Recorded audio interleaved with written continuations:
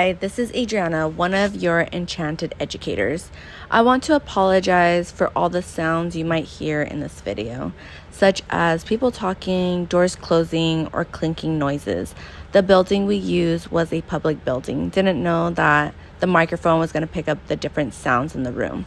We continue to find new ways to record and new ways to limit distractions. On that note, let's get back to the podcast and hope you enjoy. Hello, welcome to our podcast. I'm Natalie. And I'm Adriana. We are your Enchanted educators, and today we're going to be talking about infant childcare. And this is one that we both really love because we enjoy being in the infant room, and there are some pros and cons, and just it's really different than being in the preschool classroom. So we're going to break all of that down for you today. Let's get started. We have an icebreaker. Rock, paper, scissors. Who's going to go first? Okay. Rock, paper, scissors. Shoot. Oh, you go first. All right, so our question that came up is, what is the strangest thing you experience in the infant classroom? There's a few. One, working with different coworkers, and I get it. It's really hard to find the work balance and the school balance and trying to apply all these theories and philosophies and everything that's going on. But there was one day I had just clocked in. I was in the infant room, and all of a sudden I'm looking at the cabinets like, what is going on? There's all these little Post-its lined up, and they're right above the changing table. And I looked closer and I'm like, ooh, these are my coworkers' study notes. Oh. A for effort as far as trying to go with her class and pass the class and trying to multitask. But as far as quality care goes, it is not appropriate to put Post-its above the diapering, because then you're looking at your notes instead of focusing on the child. And when you are changing children, especially the younger infants, that communication during that time and interaction, you really should be paying attention to the child. I mean, it's a part of their regular routine, and talking to them, letting them know what the steps are, and making eye contact with them at that time is very important for their language development as well as their social emotional development. Okay, so as a sub, I've been to so many schools. This school was very interesting. They had pros and cons for sure, but the one thing, this was an infant center. This was an infant center at a park, actually, which is interesting in itself. I've never seen that. It was weird because when you would use the restrooms, they had restrooms, but then they had all the infant toys in there, which is so weird to me. All the cribs, all the toys. If they needed something, they'd pull it out, and I feel like that was just like not sanitary, for one. But I noticed that they wouldn't even use like the cribs at all. They would have the babies just laying on the floor, which is a no-no with licensing. That's a huge no-no.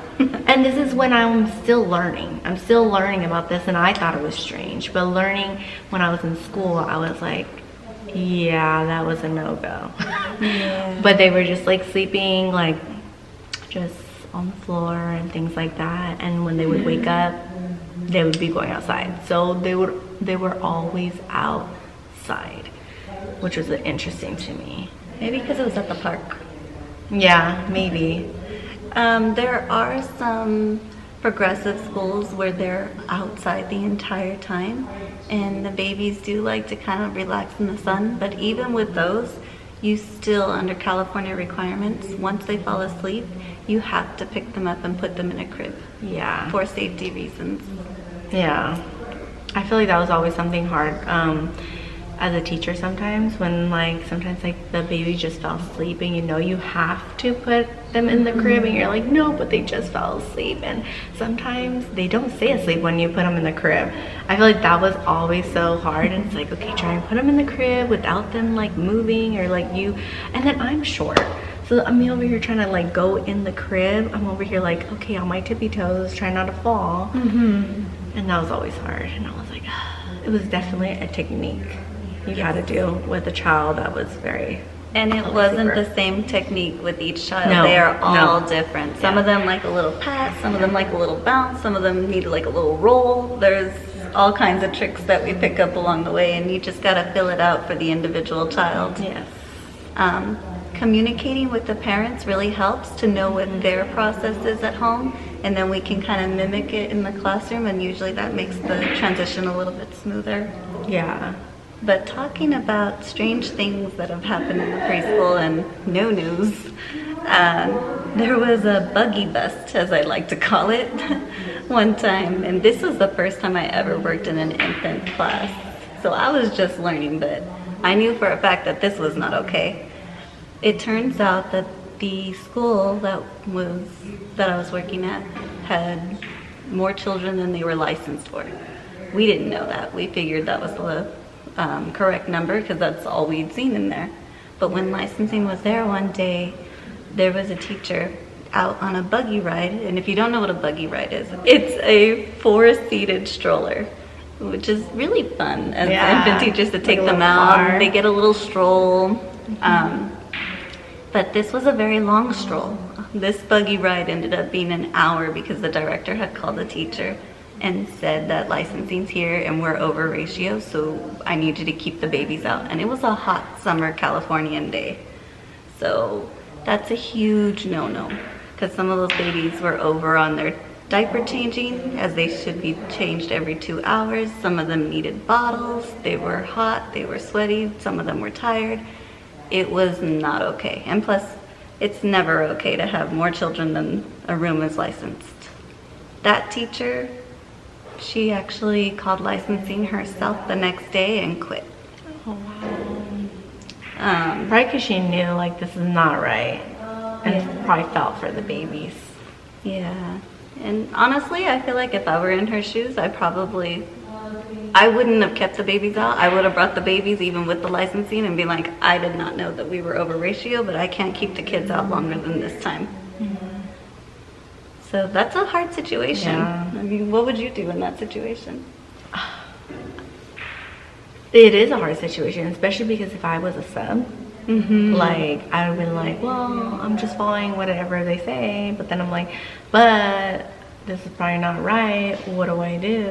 Like, there was a time that at that center that I was talking about, that's what they did. They just put them on the stroller a lot, and they took them outside. But sometimes it's like, we're not going to keep them in the stroller the whole entire time. So sometimes we'll lay out a blanket, and then we'll put them on the grass and things like that. But then it's still like hard because it's like you don't want them to be outside the whole entire time. But I think I ended up speaking to the school and be like, we cannot be keeping them outside for so long. Let's put them inside. Let's have them do something, or, you know. Yes. Because it's just too much for them to be outside for that long. And this is where it's so important ethically for teachers to know what the actual codes are for the state. We need to, as educators, be open to say what we ethically are willing to do and stand up for that, because technically that teacher could have been in trouble for keeping those babies out. If one of those parents drove by that street and saw that their child had been sweating because they were out there for an hour, I mean, that could have been a scary situation. And as teachers, we do need to be able to think of all of those scenarios in the moment, because there are times where we have to explain when they question, because the parents will question us. Yeah. That was quite an icebreaker. We're going to go into a little deeper to teacher experiences with infant classrooms. We kind of touched on it with the icebreaker of ratios, but the reason why it's so tricky with infants and toddlers is because the state requires a 4-to-1 ratio, 4 infants to 1 teacher, which doesn't sound like much, but if you're alone for an hour or two with 4 infants, you feel outnumbered. Yeah, I think at another site I was at for infants, it was 3-to-1. A little bit more manageable, but at the same time, it's really hard. All like infants, they sleep at a lot of times at different times. We do have usually a schedule, but they usually sleep at different times. So if you have one in the nap room, but you need to change one and one is playing, like that can be difficult because the baby has to be in the crib in the nap room. But if you need to change someone, but you're by yourself, how do you do so? Yes, and also one of the challenging aspects is if you're changing a child, a lot of times there's another child just pulling on your leg and then another child pulling on the other leg because they all want to be next to you, but you're having to focus on the child on the changing table while the other ones are crawling up on you. Yeah. Or they're crying for their bottle behind you and you don't have two hands to be on both sides. That gets tricky too. But the main thing is with the infants, they have their own individual scheduling and they are not very independent. They're dependent on their caregiver 24/7 the entire time. Depending on the age, they start to develop a little bit of independence, but pretty much throughout that infant stage, you're gonna be needed a lot, and it does get a little bit draining. It gets a little messy. Yeah. I remember one time I'm just rocking a child, and then all of a sudden, oof, I was like, why does it feel so warm? And then they just like threw up on the side. So it's always important to have extra clothes with infants because they are messy. Oh, yes. Sometimes even when they're eating, and you know they're going to get messy when they're eating, but then when you're like ready to like pick them up and clean them up, I'm like, eh. And the food's all falling out of the chair. Yeah. And I'm like, and you know, you have to like kind of like turn around so they wash their hands, you know, things like that. But you're like, like, you know, you're going to get dirty, but at the same time, you're like, you're not going to like want to get all their, I don't know. Yeah. Yes, so I do understand why some people say that they don't want to work with the infants because it is more draining. They do require a lot more of your attention and they do get messy and they get loud. Their only way of letting us know they need something is to cry. Yeah. So sometimes you walk into an infant class and there's a chorus because one baby's crying and then the other one starts to cry and then another one starts to cry. And they're just feeding off of each other's energy. Yeah. And that usually happens if you don't have enough staff because you can only attend to one at a time or maybe two, depending on what the activity is. So then the others start to cry. And then that's a tough balance in the classroom. And it's really important to at least have one other teacher in there so that you can manage the volume and keep that positive climate because it doesn't take long for one child to be distressed, for the whole class to be distressed, and then the teacher's frazzled. Yeah. Another aspect is cleaning. There is a lot more sanitization going on in an infant room because they're on the floor constantly. Yeah. There's literally like a process for the infant classroom compared to the other classrooms. Because I've been in like the older infants, the toddlers, preschool, and with all those classrooms, the infant classroom is the most processed when you're cleaning. Yes, and especially if you're the closer and you have to prepare for the next day, it feels like a very long list. And then depending on how the center has it set up, sometimes they say if you're down to one or two children, you start the cleaning. And others say when all the children leave, which is best practice when the children leave because one, there's chemicals. Two, you have to take your eyes off of the children in order to be able to clean things. So it's hard though because they don't want to pay you when there's no children. But then you don't want to be rushing for all of the cleaning and you know that there should be specific prepping ready for the morning, like putting the laundry into the washer and then making sure that you time it right so it comes out and everything's folded for the next day. The bedding is a huge one. You should be taking the sheets and switching them off each day. And all of the beds need to be wiped down. And then they have to stand up so that they air dry. And then the mats, all of the mats need to be wiped down with the solution. And that gets hard if you have the infant in there with you because where's the infant going to be when you're cleaning the mats? Yeah. So the bottle cleaner. You have to empty out the water because usually there's a little crock pot. Sometimes they have like individual ones, but it's still a way to heat it with water. If you're not heating bottles with warm water, then you're not doing it the correct way. Yeah, and then there's labeling. Labeling is very, very important in the infant class. Oh, and the toys. I didn't have to say that, but all the toys need to be clean. All of them. Everyone, and because each one that was set out at one point, I guarantee it was in somebody's mouth. Yeah. And even if you didn't see it, they all need to be washed at the end of the day. If you see it in the moment, it's good to have a bin, and then some of them you can kind of clean out periodically. But yes, everything that was out there for the day needs to be cleaned and sanitized. All of the trays, the chairs, like you said, the refrigerator, because sometimes the milk spills or the little pouches start to leak. And any of that, if it stays in there, it gets moldy, and then you have a licensing violation. Yeah. But even the milk on its own is a huge responsibility because you have human milk, you have cow milk, you have formula, and there's different types. Mm-hmm. Then you get some children that are lactose intolerant, so then you could be having some almond milk, but then you're not supposed to have any nut allergies. There's a lot going with that. Very, very important to make sure that there is organization with proper labels. And when I say labels, the child's name needs to be on it as well as the date and the time. Because I've seen teachers leave a bottle out and they didn't know how long it's been out. And then they're like, do we give it back to the baby or do we not? So that's why it's really important to put the time on there, because you never know when you're going to take a break or you're going to take a lunch and then it's out there for another teacher. And then we're like, how long has this bottle been sitting out? Yeah. And that's where you run into those licensing violations. Yeah, I've had that in centers I've been at. The teachers will be like, how long has this been out? And they're like, I don't know. It's been there, and it's like, why is there no label? And like, yeah. Yes. And I've worked in an infant class where there were 12 infants in it, and there were 6 different teachers that rotate between a 12-hour day. So it was very important that we made sure that we wrote down those daily schedules. When was that last diaper change? When was the last nap time? Were there any notes that the mom mentioned? Communication was key because we had such a rotation. Also, on that note, we have food allergies.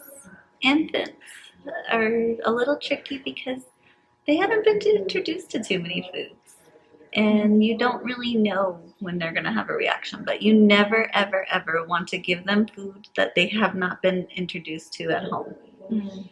Oh, yeah, because we do have, I think we're going to talk about it, those forms you fill out, and then you write down what they can eat, what they can't eat, and you have a conversation. Oh, Mom, have they ate apples before? And then you write it on the thing to make sure. So you make sure you give it to them, or you don't.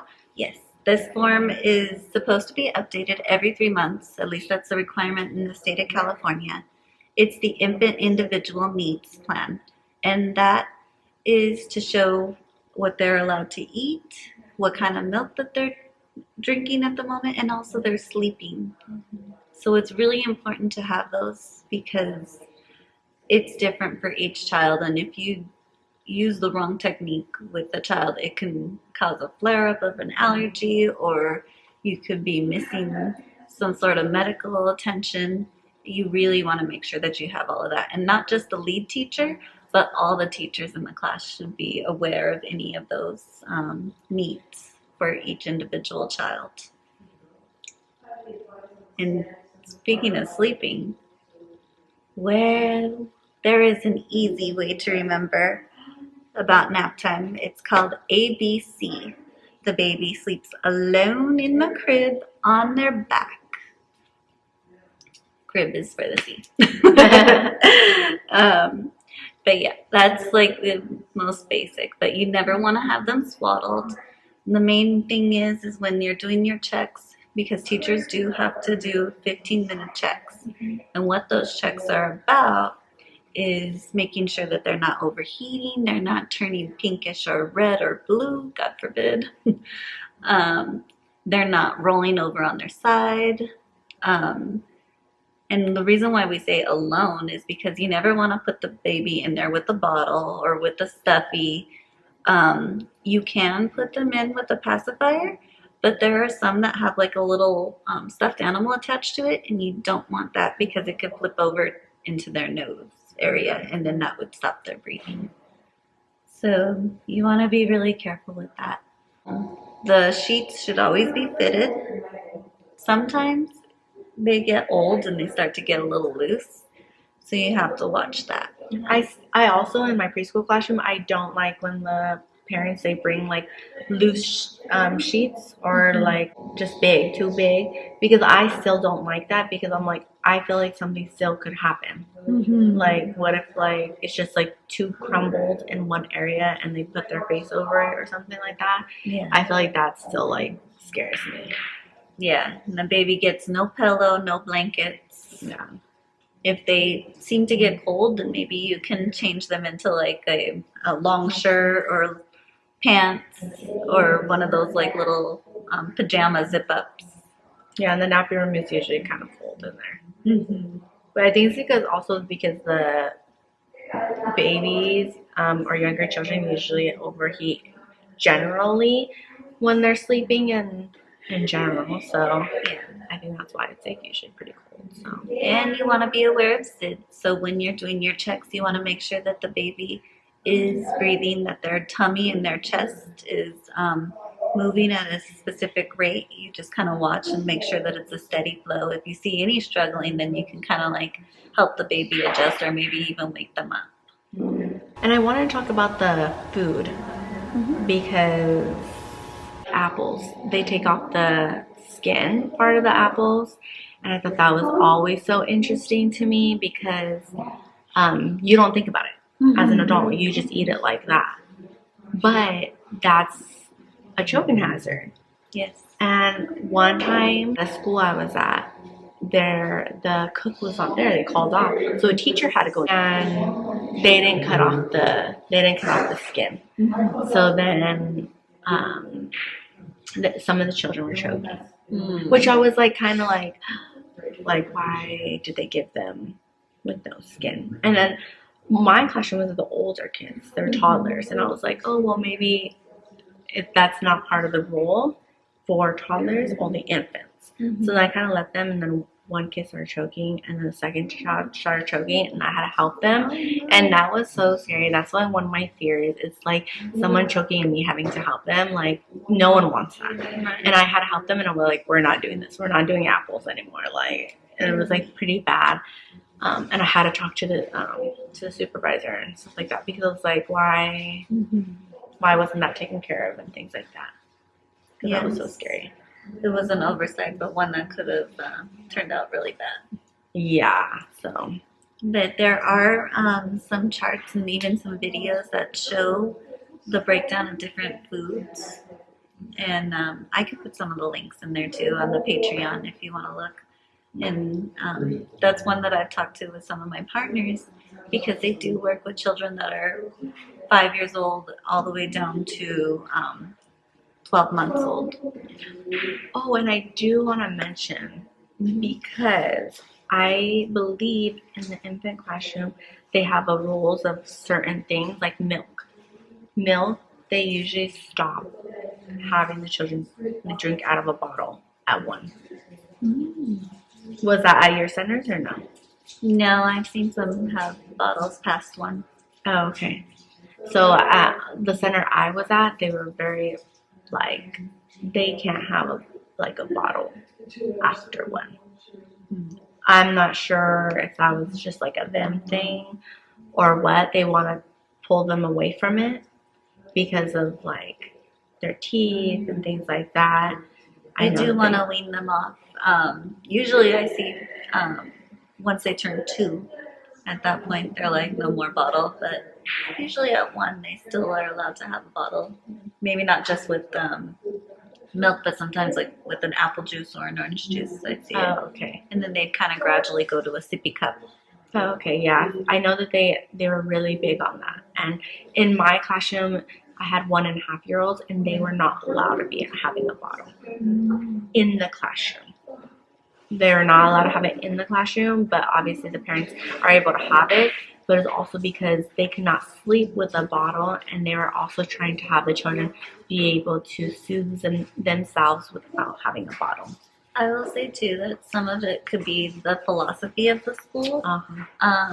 If they're trying to promote more independence, then yes, for them to be able to have an open cup or a sippy cup versus a bottle, then it is going to force them to have more of that self-help skills at a younger age, which is something that's a more progressive approach. And in the early childhood education field, they are trying to promote that a little bit more. Mm-hmm. So if that's in their philosophy, then that's probably why. Yeah. I wonder if it's like they were part of the NA.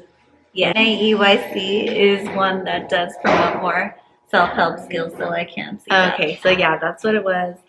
They were really big on that, so and which I kind of like saw and understood, and I was like, oh, some of them like need it or whatever, but I understood why because they were starting to get more independent. I noticed that, but I noticed a difference when they would have a bottle in my classroom.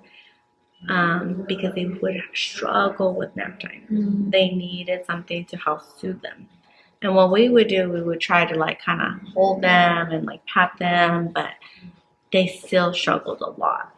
Yeah, so maybe they weren't quite ready for that step.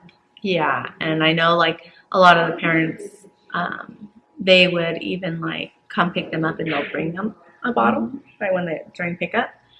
So I think it was like hard because we would talk to the parents about like weaning off like only during nap times and stuff like that, or a bottle right before they go to bed, but not actually sleeping with it. That was one thing that we kept trying to like let them know, is like they shouldn't sleep with it, because then that's showing that they're trying to self-soothe themselves, so they could sit down and drink like milk, but not right before they're while they're laying down.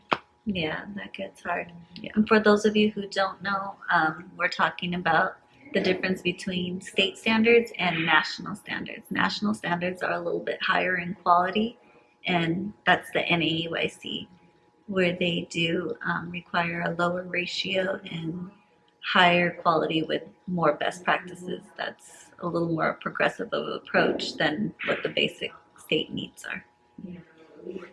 And as teachers, we need to know what we're getting into, because that doesn't work with all of our teaching philosophies. Some of us would feel like, no, the children aren't ready. I don't know if I want to encourage the children to do that. So it's important for the administration of the school, when they're hiring the teachers, and for the teachers who are applying for these places, that they know what they're getting into. And if the school philosophy and the teaching philosophy is a match. Because then you see some teachers doing one thing and then others doing another, and that's not good. Because the parents start to pick up on that, especially with the infants, because the parents tend to be in the classroom more in an infant room class than the older classrooms. Partly because some of them are breastfeeding. And that's a whole nother aspect that we hadn't really got into, but that can be a little awkward at times as well. Trying to adapt the routine to parents who are trying to breastfeed. I know, I knew this parent that she would come in all the time, like on her breaks and everything, just to breastfeed, because her child would not eat. The baby would like not even take a bottle or nothing. Yeah. So it was so bad, like he was just like cry, and that's all. Yeah, I remember at one of our systems, the majority of the parents were in the medical field, so they understand how important breast milk is for the development of a child, and they would want to come in when the baby needs it. So we would actually have a system of calling the parents when the babies start to get fussy and let them know. A parent would tell us, okay, we'll be there in like 10-15 minutes.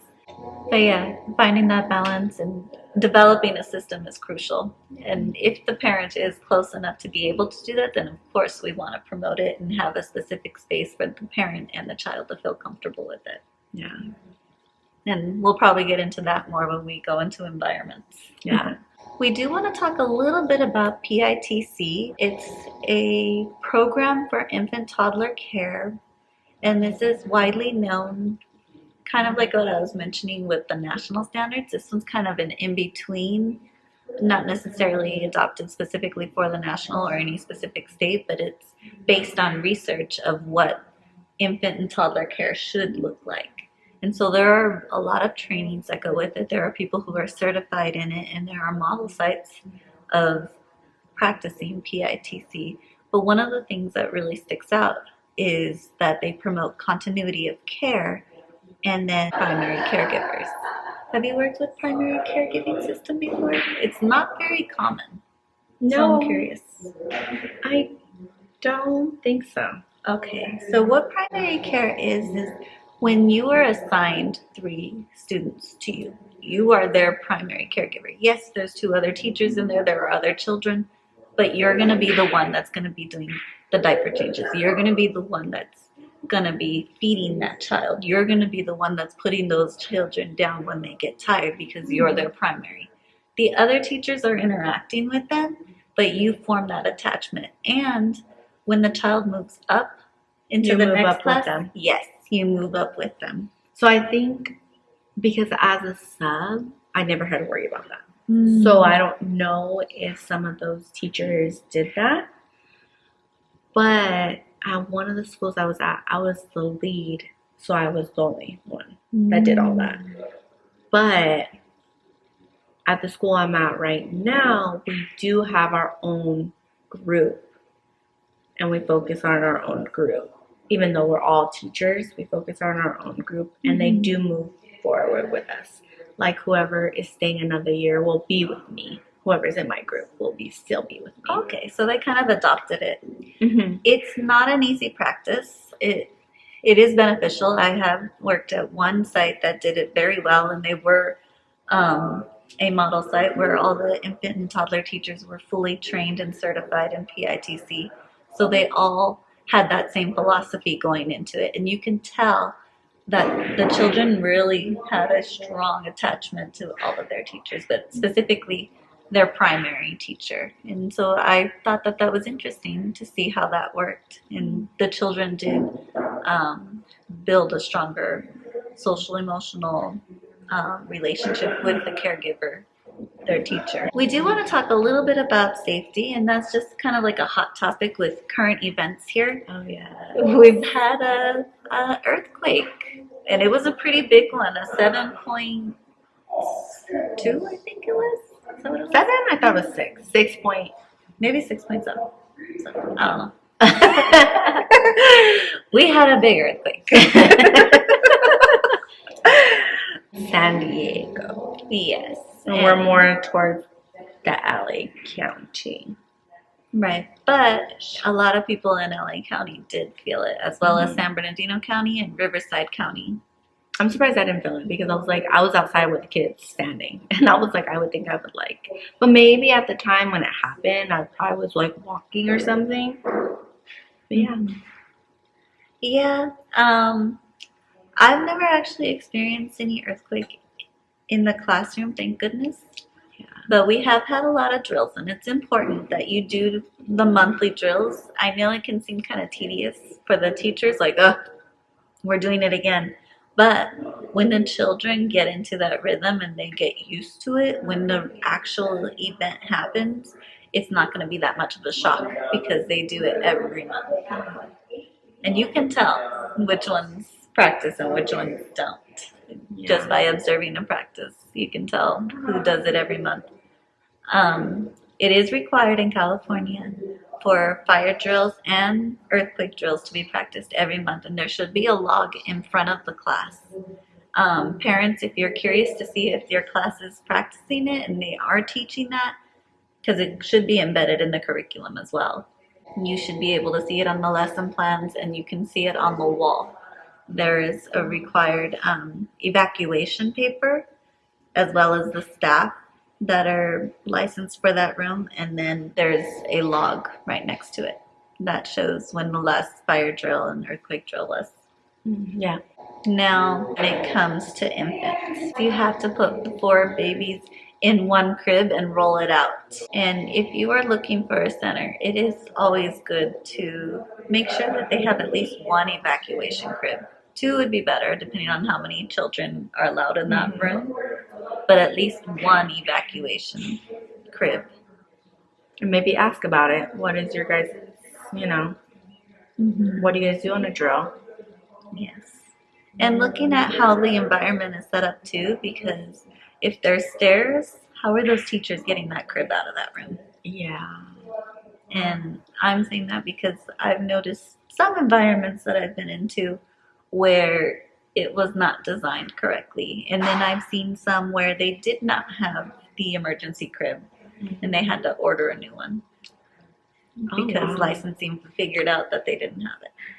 I was surprised that at that one school that they had cribs, because we did have a drill one day and I was like, where did you guys get this crib? Because I didn't see no cribs in there. Yeah. So that is something to be mindful of. And when you're looking at different child care centers, it's always a good idea to ask what their evacuation policy is and what their protocol is. Because I had one center that did not know that they need to call the parents. And then I had another one where they called all the parents after an earthquake and sent all the children home. If there's no damage, you don't have to send the children home. I mean, I guess it's better to be safe than sorry. She was really shaken up and was scared to keep the kids there, thinking that there was going to be an aftershock. But you don't necessarily have to send them home. Another thing, too, that a lot of early childhood educators don't know is if the water's off for more than 1 hour, they cannot be there anymore. You cannot fully function as a child development center if the water is off. I feel like that's so crazy because that happened to us one time. The water was off and we're like, we didn't even know. Well, I think the school maybe, I think they called us and told us they were going to like turn off the water, or I don't know, they already did and we're like, what's going on? And we called them and then they told us like, oh yeah, the water's going to be turned off, And they were like, oh, it's going to be on soon. And we're like, oh, okay, And then my supervisor's like, oh, it should be coming on soon, And I'm like, an hour passes, 2 hour passes. I'm like, what are we doing? And then like my supervisor. They didn't send them home? No, but my supervisor's like trying to like call like whoever she can call to be like, what are we doing? Because she's actually like our lead, so she can't really like make like rules or whatever. So she has to call out to see like what needs to be done. No one was really saying anything to her.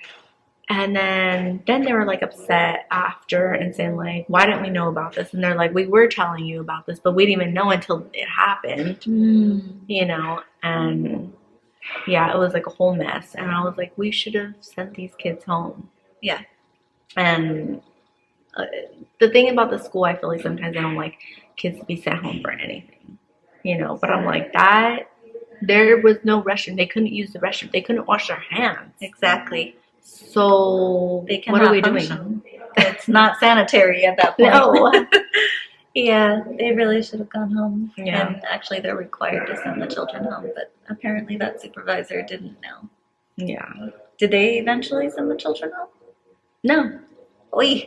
Oh no. No, because you're calling like, what is happening? What is happening? No one's really saying anything.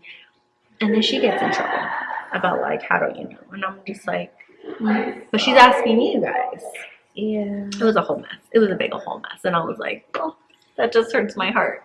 Yeah. Like, they really should have called their licensing analyst and checked up on that, because, no, it's not okay to have children there when there's no water. We really hope you enjoyed this episode. We just kind of touched the surface on some of the experiences that we've had. If you have experiences you'd like to share with us, please put it in the chat. If you have any questions, let us know. We are going to do a part 2 on this.